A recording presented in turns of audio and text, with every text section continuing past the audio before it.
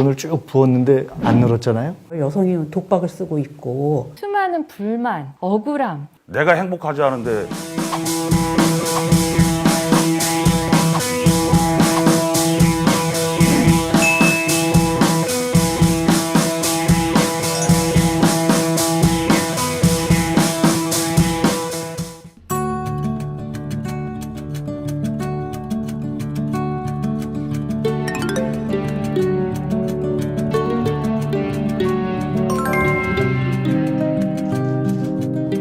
현재 우리나라는 갈수록 심해지는 초저출산과 빨라지는 고령화로 그동안 경험해보지 못한 인구구조 변화에 직면해 있습니다.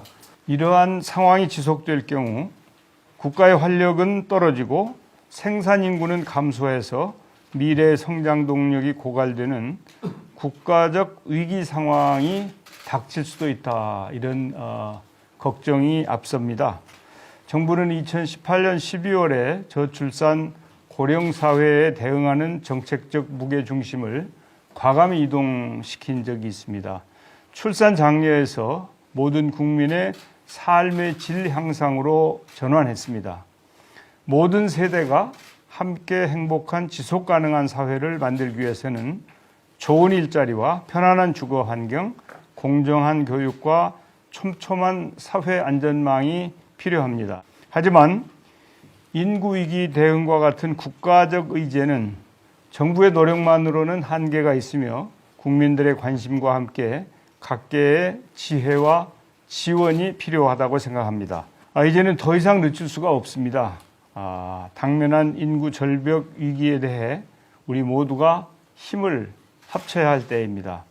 일단 인구 위기, 인구 재난, 실상과 거기에 대한 우리 정부의 정책 방향에 대해서 일단 간략하게 설명드리도록 하겠습니다.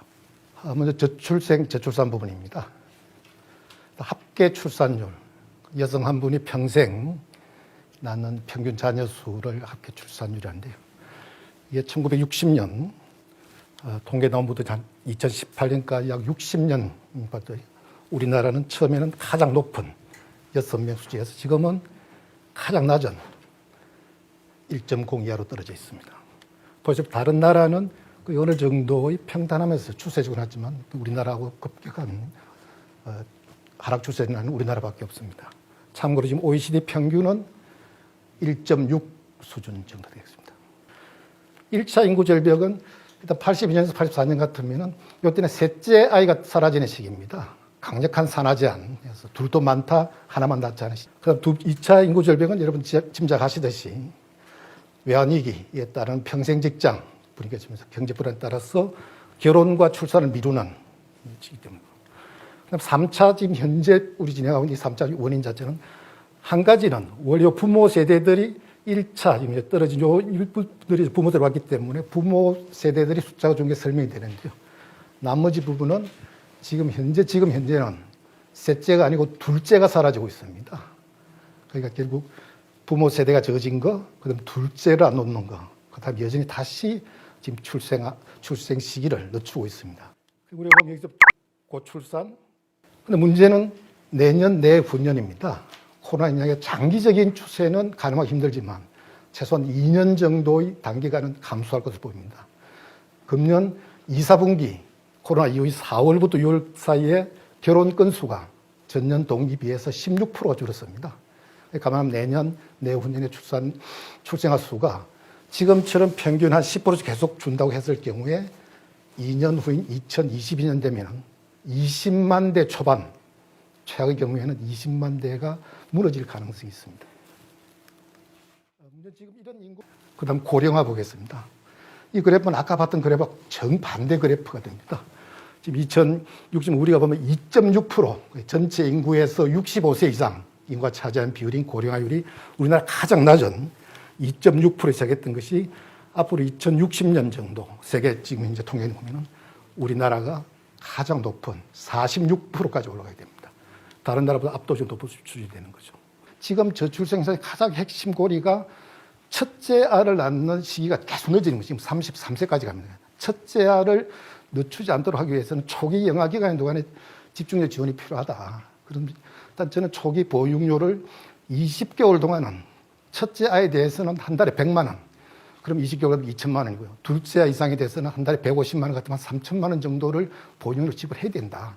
일단 그것이 자체는 저는 개인적으로 지금 현재 첫째 출산 연령 자체에 대한 늦어진 걸 막기 위해서는 그것이 가장 긴급한 정책 대안일 수 있다고 생각을 하고 있습니다.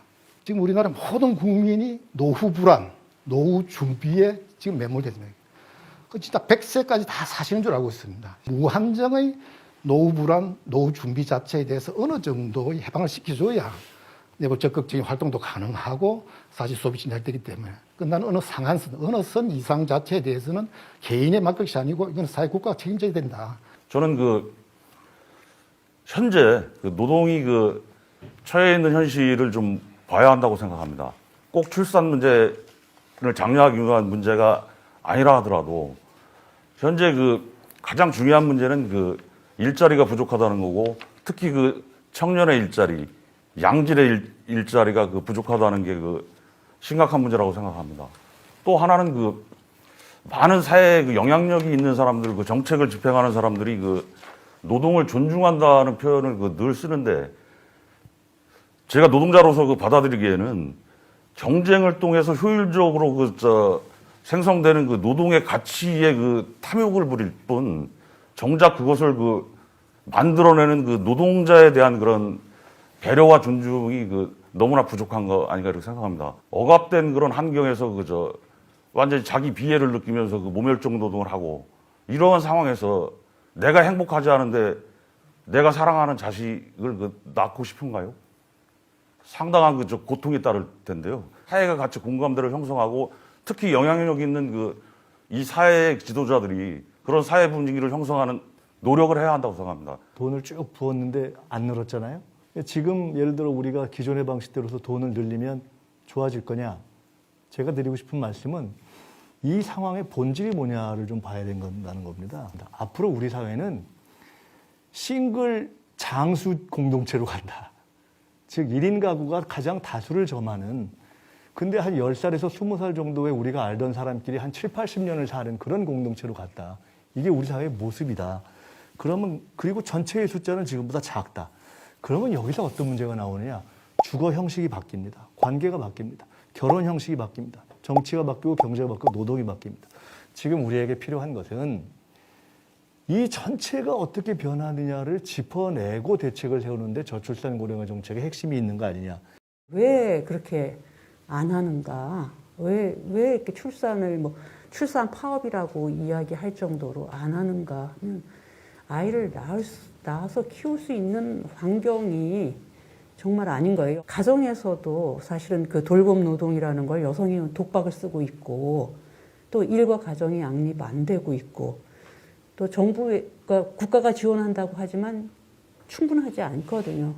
받는 월급이 500 정도, 그러니까 실제로 가져오는 돈은 400인데 300만 원을 그걸 내면 자기가 직장 다니면서 버는 돈을 다 하면서도 이 아이의 엄마로서는 그 아이를 놔두고 직장을 다녀야 된다는 것 때문에 미안한 감정. 이런 상황들 속에서 아이를 낳고 자기의 직업적 커리어를 유지하겠다고 하는 사람들이 쉽겠는가. 그리고 이제 이 저출산 고령화 사회라고 얘기를 하고 있지만, 출산의 문제에 관해서는 사실은 남성과 여성의 공동의 책임이잖아요. 근데 출산 파업? 여성의 책임인 것처럼 들리는 이 구조가 사실은 굉장히 문제라는 생각이 들어요. 그리고 제 생각에 많은 청년들이 느끼기에는 여전히 청년을 도구적 관점에서 보고 있다. 인구가 감소하고 있고 고령화가 진행되고 있다. 그 자체가 위기라고는 생각되지 않습니다. 사각지대 문제가 생기고 불행한 사람들, 불행한 청년들이 생긴다는 게 문제고, 그래서 청년은 언제나 건강하니까 어떤 일이든 할 수 있어서 고생을 사서라도 한다. 이렇게 말이 일전에는 사용될 수 있었지만, 사실은 사서라도 고생을 하고 싶은데 그 기회조차 없는 청년들이 많이 있는 것입니다. 그러니까 청년들의 입장에서는 예측 가능성이 좀 있어야지 가구를 좀 형성을 하고 아이를 낳아볼 수 있는 어떤 계획을 해볼 수 있는데, 이 불확실성의 시대에서는 단기적으로 그 어떤 것도 계획할 수가 없는 것입니다. 여기에 더해서 여성의 교육 수준은 OECD 중에서 최상위권인데 여성 취업률은 낮고 경력 당전율은 지속적으로 계속 높은 것입니다. 이 수치 자체가 말해주는 것보다 여기에 내재되어 있을 수많은 불만, 억울함, 그 다음에 이로 나타나는 남녀 갈등, 그 다음에 공정에 대한 여러 가지 생각들, 양극화 현상을 고려하면은 이거는 단순한 인구 구조의 문제를 넘어서서 한국 사회는 심각한 사회적 지속 가능성의 문제를 가지고 있다고 봅니다. 결국은 그 출산과 양육의 책임이 지금 부모, 특히 여성한테 집중되는 것에 대해서 전체 사회가 좀 골고루 나눠 가져야 된다. 그럼 결국 저는 여기서 일단 기업의 역할, 특히 남성의 역할이 몫이 좀 더 커져야 된다고 생각합니다. 남성들은 한 달간은 무조건 의무적으로 자동적으로 육아휴직을 쓸 수 있도록 저희들도 제도를 했지만 그분에 대해서 그걸 통해서 새로운 어떤 전체적인 남성과 여성의 역할 보다 이런 건 반드시 필요하겠다. 인구위기 대응을 위한 공동결의문. 대한민국은 현재 세계 최하위 수준의 출산율과 함께 전례 없이 빠른 고령화로 국가의 지속 가능성을 위협받는 인구위기 상황에 처해 있다. 국가적 과제라는 인식하에 우리 모두의 관심과 노력으로 근본적인 사회혁신을 이끌어내야 한다. 각계 대표들은 각자의 분야에서 대한민국 공동체가 처한 인구 위기를 극복하기 위한 해법을 적극 모색해 정부에 제안하며 정부는 이 제안을 바탕으로 종합적인 계획을 수립하여 각계와 힘을 모아 함께 실천해 나가기로 한다.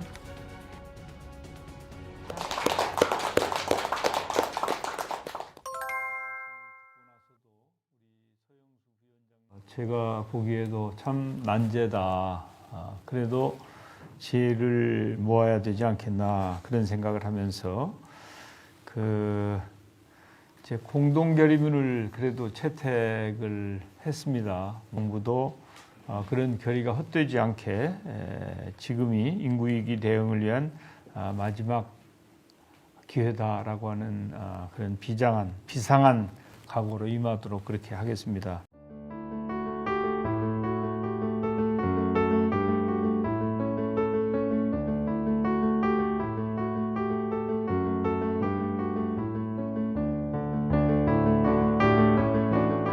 강한 세균, 좋은 세균. 좋은 세균이니까 안심하시기 바랍니다. 좋은 세균 정세균입니다.